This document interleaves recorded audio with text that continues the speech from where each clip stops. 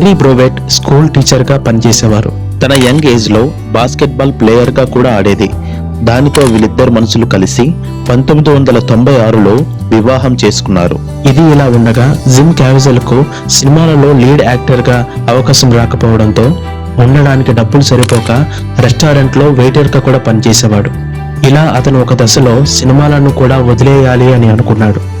కానీ అతని సినీ జీవితాన్ని మార్చే ఒక రోజు రానే వచ్చింది.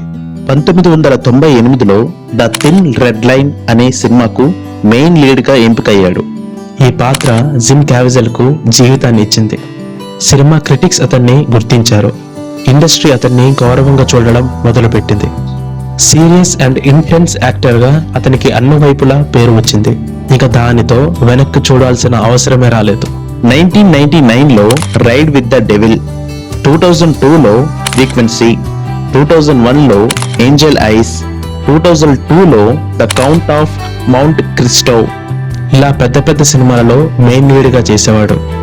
అంత బాగానే ఉంది అని అనుకునే సమయంలో 2002లో హై క్రైమ్స్ అనే మూవీ షూటింగ్ ప్రాసెస్ లో అందులో యాష్లీ జుడ్బు అనే యాక్ట్రెస్ తో kissing scene and romantic scenes చేయాలని అన్నారు.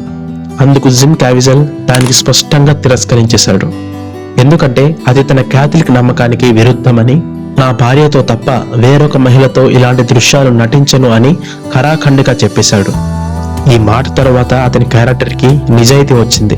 కానీ హాలీవుడ్ కోణం నుంచి చూస్తే మాత్రం ఈ మాట ఒక పెద్ద రిస్క్ అనే చెప్పాలి. ఎందుకంటే హాలీవుడ్ లో ఇవి సర్వసాధారణం. ఈ నిర్ణయం తర్వాత జిమ్ క్యావిజెల్ కు కొంత నెగిటివిటీ వచ్చింది. కొంతమంది దర్శకులు, నిర్మాతలు కమర్షియల్ సినిమాలకి జిమ్ క్యావిజెల్ ను అవాయిడ్ చేశారు. కాస్టింగ్ డెసిషన్ లో కూడా అతని పేరు స్కిప్ చేసే సందర్భాలు ఉన్నాయి.